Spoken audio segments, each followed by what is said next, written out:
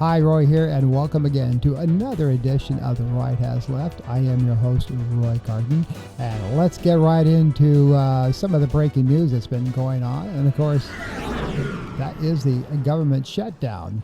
There are a lot of stuff going on with that. And of course, even though it is back in the news and it has been solved, you really kind of need to know what's going to be going on with this thing. And first and foremost, as you're well aware of, the government shutdown has ended. The Republicans got what they wanted. There is no guarantee other than their mouth saying, oh, we'll look at that now that the government is reopened. And you can bet my bottom dollar the Republicans ain't going to do jack with the Affordable Care Act, the health care, Medicare, and Medicaid. The Democrats put up a good fight. Unfortunately, it kind of ended with them not getting anything other than verbal commitment. And you know darn well, because Mike Johnson's already spoke out about that he's not going to do jack about the affordable health care. I've got a friend, and I mentioned this in my last podcast, his premiums are going to go up $900, and a lot of other people's premiums are going to skyrocket. And that's what the Democrats are fighting for. The Republicans, since most of them are extremely wealthy, they don't care. If it could go up $2,000, it is write a check out and cover it, I'm talking about the Republican citizens. As you're well aware of, the Senate and the House, and including the Democrats, they get their health care for free. Okay, they don't pay anything for it. They get it for a lifetime if they serve so many years in office. So, but your insurance premiums, you really need to kind of look out for that. Air traffic control is going to be slowed to be restored to normal, as many air traffic controllers have quit their jobs during this shutdown, and they can, of course, reapply, or they've already gotten other jobs. And those who have remained are going to, of course, need much needed rest and time off because they've been working without pay. SNAP benefits. Now, the SNAP benefits, this is kind of interesting. A lot of states have already, got their SNAP benefits back in the programs. People are already receiving their SNAP benefits, but many, many others are not receiving their SNAP benefits. And this is a key thing. As you probably heard on the news, Donald Trump, well, he wants everybody to reapply for those SNAP benefits. That's what his opinion is. And it's kind of sad. He thinks every freaking American should reapply for SNAP benefits, and he was hesitant about refunding the whole program, and he still is withholding monies from those SNAP benefits. Can you imagine that every single American that was previously on SNAP would need to reapply for those benefits just because he says so? And because he says there's so much fraud and abuse in SNAP. Now, there may be, I think it's a small percentage, but to force everybody to reapply, every single American to reapply for those SNAP benefits is absolutely insane. They have already been vetted by states. The state level people who, Health and Human Services, they're not stupid. They know how much incomes that these people make. They are tied into the Internal Revenue Service tax returns. They know what people make, and they know who are entitled to SNAP benefits. I have a lot of friends who are on assistance. They're in the lower income levels. So to say that every single American needs to reapply for that is stupid in my opinion. And, things are coming back to normal, but at a snail's pace. Economic job and projected growth numbers may never be seen due to uncollectible data during the shutdown. We also must keep in mind that these tough economic times, your House of Representatives and Senate, of course, they all went with their pay totally intact, their health benefits and totally intact, because they get that when they become, eligible to serve in Congress. The House, of course, also recessed for 8 weeks. But upon hearing that there was a deal, Mike Johnson all of a sudden said, hey, I'm going to call the recess over and y'all need to get back to work. Mike Johnson is to me is a dweeb. He purposely kept everybody on recess because he didn't want to get back in, because he knew he had to swear in that Arizona congresswoman who has been waiting weeks and weeks and weeks, and in fact had to file a lawsuit to get sworn in. Now that the House is back in session, and because of that lawsuit, he finally swore her in. And, of course, the first thing that she did was sign off on those Epstein Files. And that's going to be my top story, and I'm going to be talking about that in just a moment. So hold on to your hat there. But I've really kind of found that interesting that, he did that. To me, that was just ridiculous to hold out Congress, 8 weeks.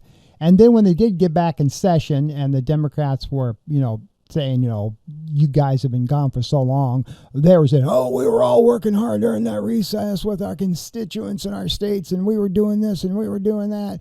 But by God, for crying out loud. It's ridiculous. All right, let's move on to some other news that's going on. And, of course, this also made breaking news. The U.S. Supreme Court declined on Monday to hear a case challenging the constitutional right to same-sex marriage.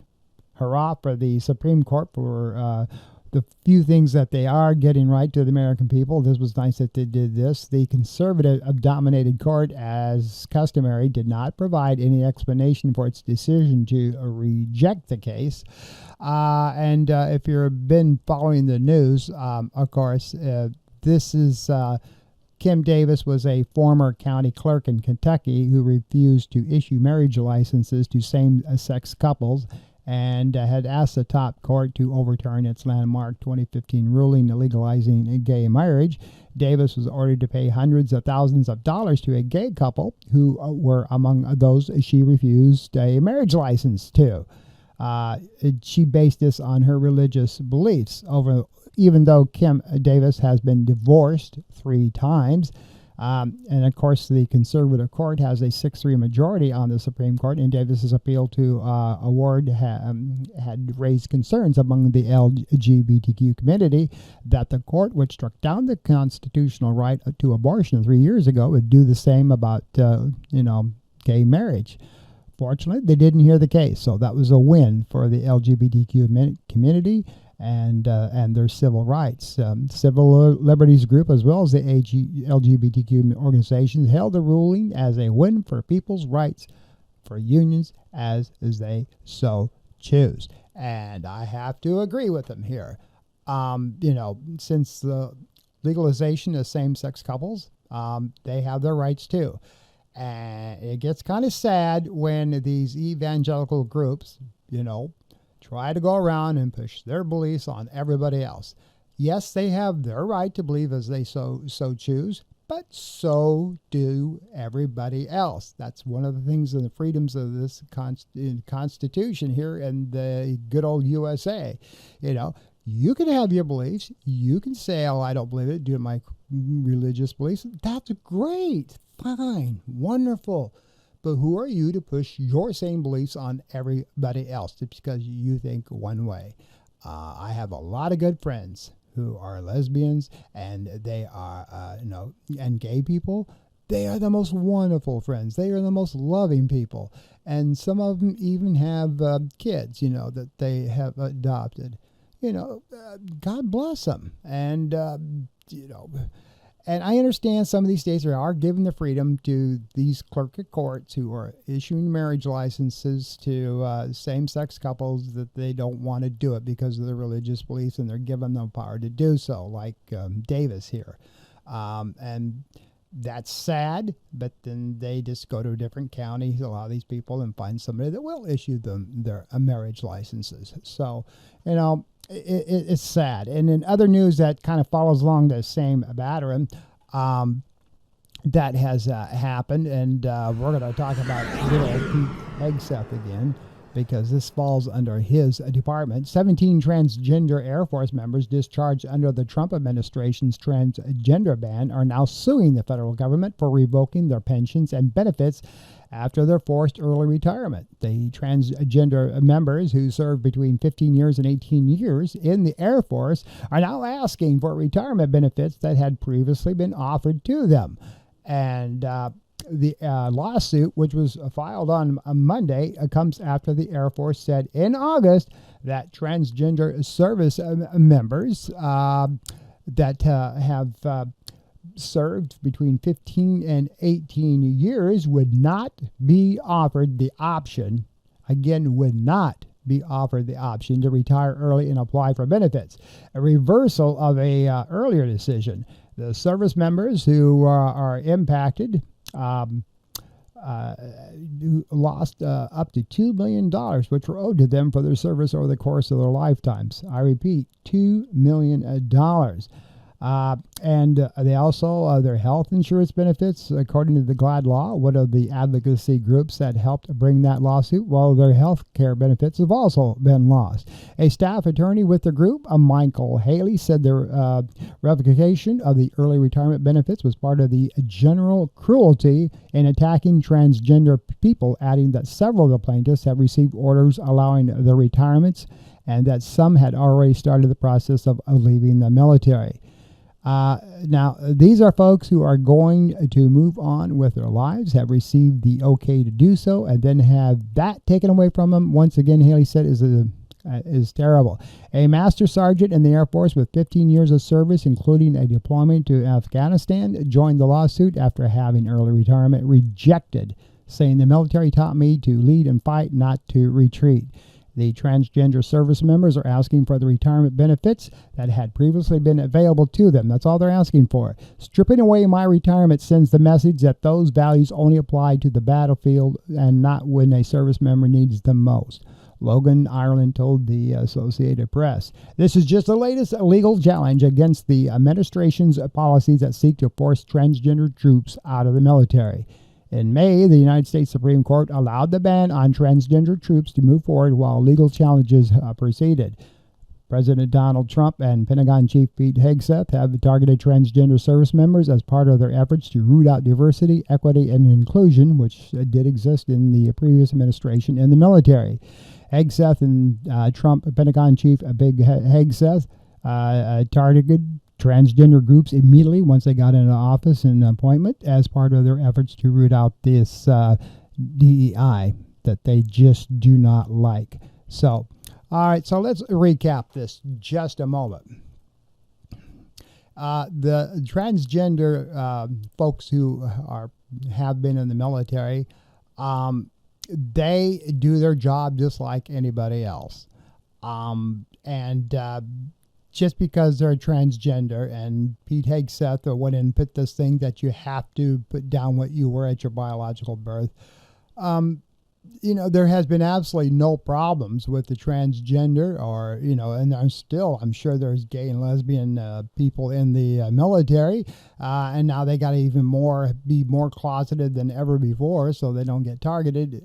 They can fight along the battlefield just like anybody else. This is going back to Pete Hegseth, rah, macho man speech that he gave to all these generals, and a lot of the top brass are also retiring early and quitting. So, you got to, this is just ridiculous, and it's sad to withhold their benefits. They serve just like anybody else. They're a human being just like anybody else, and to take away their benefits to me is absolutely disgusting. But anyway, let's move on with other news. President Donald Trump has pardoned his former personal lawyer, Rudy Giuliani. Of course, this is all back in the news again. His one-time chief of staff, Mark Meadows, and others accused of backing the Republican efforts to overturn the 2020 election. The full, complete, and unconditional pardon of dozens of troop allies are mostly largely symbolic, and the reason for this is a lot of these people were charged on state-level charges, and Trump has absolutely no authority to, pardon people with state charges. Federal charges, yes. State charges, that kind of goes a different direction. And it only applies to federal crimes. And none of the people named in their proclamation were ever charged federally over the bid to subvert the election won by a Democratic Joe Biden. So it's just, he's just, I hate Democrats. It doesn't affect state charges, though. State prosecutors stemming from the 2020 election have hit a dead end or are just limping along. The move, however, it does underscore Trump's continued efforts to promote the idea that the 2020 election was stolen from him, and even though courts around the country and Trump's own attorney general at the time found no evidence of a fraud that could have affected the outcome. It's just Trump being bitter and, throwing his little tantrums like he likes to do. As long as he's in the spotlight and things are positive pointing to him, he rah-rah-rahs all the time, as you're well aware of, and he does this stuff. And, Trump's recent action follows the sweeping pardons of hundreds of other Trump supporters charged in the January 26, 2021 riot at the U.S. Capitol, including those convicted of attacking law enforcement. Ed Martin, the Department of Justice point man on pardons and a former lawyer for the January 6 defendants, linked his announcement of the pardons on a post on X that read, "No MAGA left behind." I mean, can you believe this stuff? I mean, it's just... It goes on and on and on and on and on, pardons. I think so far Trump has issued more pardons than any former president, especially when he does blanket pardons for like all the January people that, that in 2021 that attacked the Capitol. He pardoned every single one of those people. With no just cause. He just pardoned them just because he said they were warriors and patriots and everything else. And I don't know. It's how do you explain this stuff? I don't know. But these pardons, he, as you know, Trump himself is a 34 felony convicted felon, and he can't pardon himself. Obviously, it's not in the Constitution to do that for a president. But he just loves to pardon everybody else, and these people have criminal records. I mean, they were properly prosecuted. They were properly, given their sentences, and if it's a federal offense, he has a right to pardon them. I get that, but one is enough is enough. But let's move on, because speaking of criminal actions and everything else, this guy right here, who is a former federal court for the District of Massachusetts judge, his name is Mark Wolf. Now, Mark Wolf retired, and so he can be outspoken, because he can't do it when he's sitting on the bench about what's going on with the Trump administration. So he was a senior judge in the U.S. District Court of Massachusetts, and he is now making the rounds on network media. He resigned just this past Friday from a federal judicial service. Now, Wolf's resignation is in protest against President Donald Trump, which he elaborated on his opt-in published in The Atlantic this past Sunday. Why am I resigning? I no longer can bear to be restrained by the judges who cannot publicly talk or do so outside the courtroom. So he resigned. President Donald Trump is using the law of partisan purposes, targeting his adversaries while sparing his friends and donors from investigation, prosecution, and possible punishment. So he went on to say that the White House assault on the rule of law is so deeply disturbing to me that I feel compelled to speak out. Now, Wolf was appointed to the Federal District Court for Massachusetts in 1985 by, yes, another Republican, President Ronald Reagan. He served as chief judge from 2006 to 2012. In 2013, assumed a senior status, which allows judges on the federal court to take on a lower caseload while retaining full benefits granted to their age and years of service, which has totaled at least 80. Now, Wolf noted that his resignation does not allow Trump to fill his seat with his own nominee. This is key here. Now that he's outspoken, dang well Trump would try to say, fine, get out of here. I'm going to appoint somebody else that, supports me to that bench. Trump cannot do that. So that's kind of why I think, this guy knows the law. So it's kind of interesting. And former President Barack Obama nominated Judge Indira Tawani to replace him. Now, the op-ed came 2 days later. Now, not let me back up there. Not Mark here, but somebody else that was previously in that same district. That's what I'm trying to talk to you about. Okay. So the opt-in came 2 days after the court announced in a statement that he was leaving his position as a senior judge. So the whole purpose of this is Trump manipulates the district courts I live here in Florida, and you're all well aware of the judge in West Palm that is basically Donald Trump's talking head. She does whatever Trump tells her to do. When he says jump, she says how high.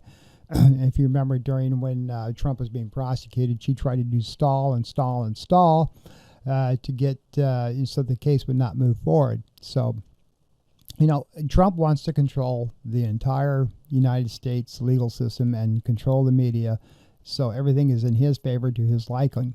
And unfortunately, authoritarianism, law and order in this country does not work. And I think, things are going to slowly change here as his term goes on. And I think you're going to be in a surprise in the midterm elections when for all I can see here, the House will be turned back over to the Democrats.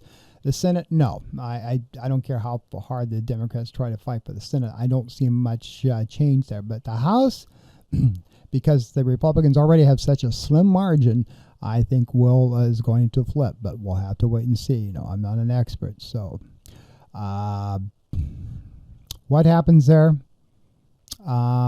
is to be seen, but I kind of have some good feelings about that. All right, let's move on. Let's move on to our top story. And this is going to be kind of interesting because there's so much going on with this. And that top story is going to be, of course, the Jeffrey Epstein things that are going on. Now, as I said at the beginning of this podcast, with the final swearing in of the Arizona Congresswoman who has been fighting to, get her seat, and to the point to where Congress was reconvened, and Mike Johnson absolutely had no other choice. He stalled as long as he possibly could by the marching orders of Donald Trump. He swore her in, and one of her first actions was they immediately took a vote on the releasing of the Jeffrey Epstein files, and it was her vote and hers alone that would carry that over to get that done. So interesting stuff here. So the Jeffrey Epstein files, yeah. So he wrote in a 2019 email to a journalist that Donald Trump knew about the girls, according to documents made public just this past Wednesday. But what he knew and whether it pertained to the sex offenders' crimes is still, of course, as you're fully aware of, unclear. And that is because of the fact of the matter is we all know, whoever you're talking about this in the public media, so far, there's no proof that Trump has done anything wrong illegally with the relationship to these Jeffrey Epstein files. His name is all over the place, but that still doesn't mean jack, all right? As still in this world that we live in, everybody is innocent till proven guilty. And Donald Trump has not been found guilty as far as relationships to this Jeffrey Epstein files, nothing. But what we're trying to work down to is how much did Trump know about Jeffrey Epstein's illegal actions and, trafficking underage girls, and what was his relationship to all that? And that's what these files are trying to uncover. So anyway, the White House quickly accused Democrats of leaking the emails to smear the president.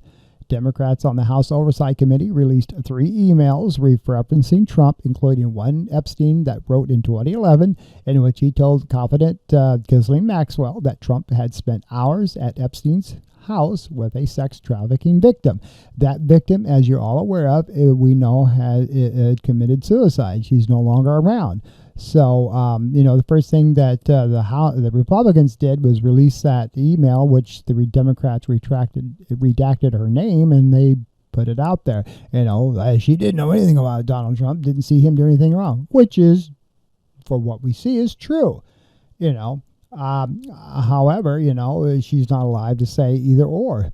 So the disclosure seemed designed to raise new questions about Trump's friendship with Epstein and what knowledge he may have had regarding what prosecutors call a years-long effort by Epstein to exploit underage girls. And as you just heard in the news recently, Trump is now wants the Justice Department to start investigating all the Democrats' names that are on that. And including some former presidents that had a girl in his office.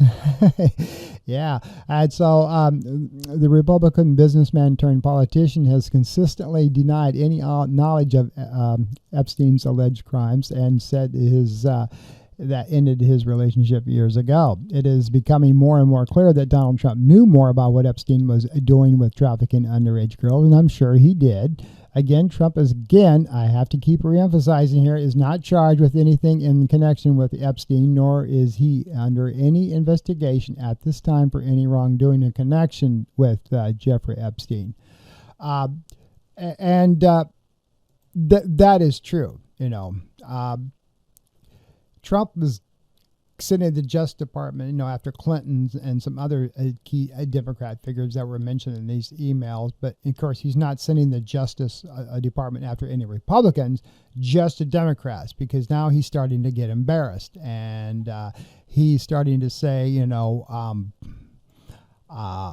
this is all the Democrats doing all this, and of course, this is a bipartisan group that is, unleashing these Epstein Files. Just so you know, just because Trump is now starting to get distracted from things that he's trying to control, this is something he really can't control, other than the fact that he said, I'm going to go after the Democrats who are embarrassing me here. So how far he's going to get with this, because again, any court will tell you, when you start going after selective people, whether you're a Democrat, independent, or whatever, and just like he's trying to do with the past people that prosecuted him, when it's politically motivated, that's illegal. And he's going to have a hard time with that when you get a jury together that is going to see that. And of course, any prosecuting attorney is going to see that's going to crumble under them. A good defensive attorney is going to say this is a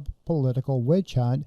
Why selective people are being prosecuted when other selective people are not. So you're going to have to wait and see what happens in all this. Which brings me to Maxwell, because Republican Jamie Raskin said he learned from a whistleblower that Maxwell is receiving special treatment in prison and the process of filing a communication application. And this is kind of interesting in the news too, because it is becoming more and more apparent when they moved Maxwell from Florida to Texas into a less secure prison facility that in exchange for her keeping her mouth shut or even lying, she's going to get some special treatment. And there's even been talk that Trump remember my earlier talk about pardoning people? She may at least maybe not get full pardon, but get her sentence commuted to where she can at least get out. Now, the Maryland Democrat detailed the whistleblower allegations in a strongly worded letter that was sent to President Donald Trump, revealing what he says he learned about Maxwell's prison stay. And Trump knew about this, but he's going to play, I didn't know, So CNN has not independently verified all the claims made by the whistleblower to Raskin, the top Democrat on the House Judiciary Committee. According to the information Raskin says was provided to him by a whistleblower, Maxwell's meals have been customized and delivered to her independently, and the warden has awarded her special privileges, including arranging guests to visit with computers, a security risk not typically allowed in prisons, and is sending documents and emails on Maxwell's behalf. For other inmates, mail can take weeks to arrive or is often lost, Raskin said in a letter, which was reviewed by CNN. The whistleblower also said Maxwell was given a service dog in training to play with, and even though inmates and staff are not typically allowed to pet service dogs in training in prison, she's getting them. And she has been escorted to the prison's exercise area after hours by prison guards, according to the letter. The whistleblower told Democrats that one of the top officials at the prison has complained that he is sick of having to be Maxwell's bitch, and the Justice Department did not immediately provide comment to CNN on this story. Raskin also said in the letter that Maxwell is working on a communication application, though the exact contents on whether it's had been submitted has not been immediately clear. I said communication application. I meant to say commutation access. In other words, she wants to get out early. As a result, Raskin is asking President Donald Trump to make Deputy Attorney General Todd Blanche available for a public hearing, a request that is unlikely to be met with, resistance. Democrats' position in the minorities. So, even though he wants to do that, it's probably not going to happen with friction and pullback from Trump. So, what information Ms. Maxwell is agreeing to suppress in order to receive such outlandishly favorable treatment is as a federal prisoner and convicted sex offender is to be seen. And Raskin, of course, put all this to Donald Trump, and he is, of course, stalling all that. So, again, if Trump has nothing to hide, why all the resistance? This is what this is coming down to. If he has nothing to hide, why is he backing off? He's now not even talking to reporters when they ask about all these things. He just walks away, but he'll talk about everything else that's favorable to him. Again, if he has nothing to hide, why is Maxwell getting preferential treatment in a federal prison? A person who was trafficking underage girls, who was, Epstein's confidant, a partner. And again, these are just questions. Dude, if you have nothing to hide and this is all transparent, let the people do what they want to do. It's, why are you going to send the Justice Department after Clinton and other Democrats that may have been mentioned in the email, but you're not going to do that with Republicans? Huh? So this is all stuff that you've got to, consider. So, and this leads us to this other thing that's been going on. This just broke like 24 hours ago. Marjorie Taylor Greene. President Donald Trump, yes, indeed, announced again late Friday, yesterday as I taped this podcast, he's pulling his endorsement and support of Representative Marjorie Taylor Greene, the Republican from Georgia, and would support a primary challenge against her, a major escalation of their growing beef after months of the House Republican criticizing fellow GOP members and the commander-in-chief himself. Yes, she has been outspoken. I don't know if there's any behind-the-scenes reasons for this, but Marjorie Taylor Greene in this past month has flipped 180 degrees from, kissing Donald Trump's hind end to becoming an outspoken critic about the same, especially with the Jeffrey Epstein Files. And he typed in big, bold letters on Truth Social, his little platform he likes to use. I am withdrawing my support and endorsement of Congresswoman Marjorie Taylor Greene of the great state of Georgia, Trump wrote on Truth Social, adding that despite his record, all I can see wacky Marjorie do is complain, complain, complain. Trump said in the post of Greene's, she's a ranting lunatic and that she has gone far left. The unendorsement came days after a discharge petition to force a vote on a bill directing the Department of Justice to release files related to the Jeffrey Epstein got enough signatures, again with the help of that Arizona Congresswoman, to succeed. Greene was one of the 4 Republicans to sign on in spite of fierce objections of Trump. And Trump was making all these behind-the-scenes calls before this got released, too. I mean, not only Marjorie Taylor Greene, but some other key Republican people that in past have supported him. But like I said, 4 Republicans did flip to sign on to this. Greene's split from the president, as she once admirably supported, started months earlier after Trump discouraged Greene earlier this year from running for statewide office in Georgia, which Trump confirmed in the Post. Stephanie Miller confronts, she was one of them too about the email. So anyway, it seems that it all began when I sent her a poll stating that she should not run for senator or governor. She was at 12% and didn't have a chance unless, of course, she had my endorsement. Trump thinks that if you don't have my endorsement, nobody can win. Yeah, and of course we showed, this past elections with all the governors and stuff, that's not necessarily true anymore. And this is why, you've got to look between the lines. Trump's endorsement capabilities is becoming less and less important. Just so you know. He said she has told many people that she's upset that I didn't return her phone calls anymore. But with 219 congressmen and women and 53 U.S. senators, 24 cabinet members, almost in 200 countries, and an otherwise normal life to lead, I can't take a ranting lunatic's call every day. But he can find time to go play golf at Mar-a-Lago here in Florida and fly the Air Force One back and forth consistently at taxpayers' expense. He's got time to do that. But he does not have time to chat with Marjorie Taylor Greene because it's negative stuff, and he doesn't like negative stuff. So you got to look at this with a fine grain of salt. Now, Greene, in response on X, said that Trump lied about me. I haven't called him at all. She shared a text message that she sent Trump early on Friday, encouraging him to lean into the Epstein Files issue, noting former President Clinton's connections to Epstein. Apparently, this is what sent him over the edge, the Epstein Files. And, of course, he's coming after me hard to make an example to scare all the other Republicans before next week's vote to release the Epstein Files, Greene said.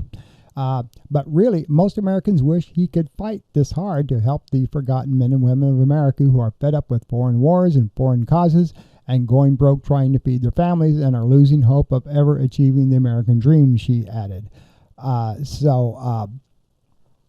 Again, you can see where this is all going.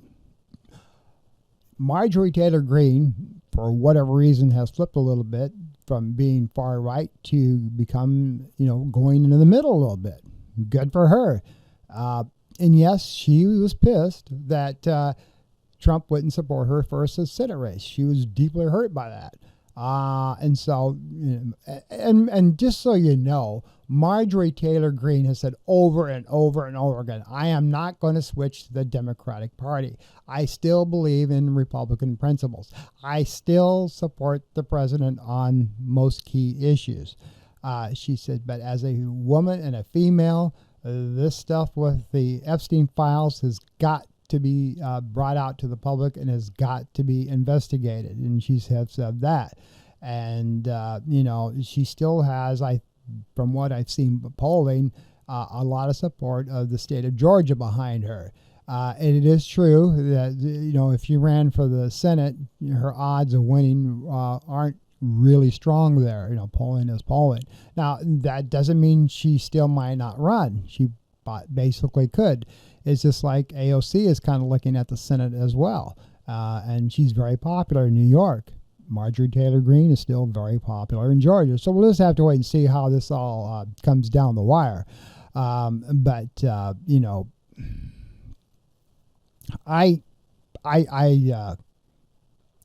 just have to wait and see, I guess. That's all I can say about that. So anyway, let's kind of move on. Marjorie Taylor Greene, though, is somebody that you all need to kind of watch here in the news in the upcoming weeks to see what happens here. So the Justice Department on Thursday sued to block new congressional district boundaries approved by California voters last week, joining a court battle that would help determine which party wins control of the U.S. House. So if you haven't been following that,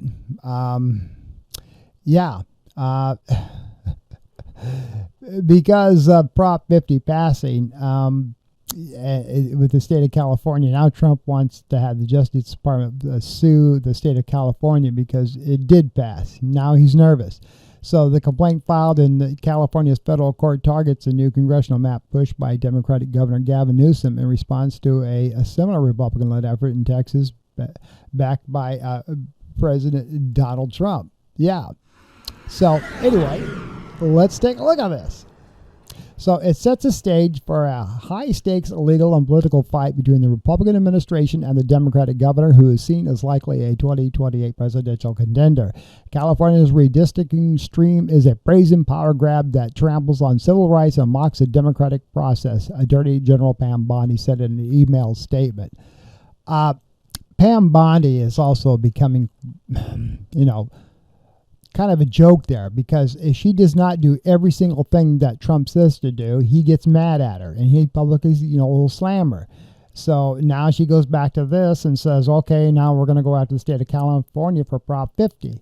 But she's not going to go after the state of Texas, which did the same damn thing. They redistricted their area so they can get more Republicans in. So the Democrats are now fighting back. And California is a large state where they can do this, and some other states.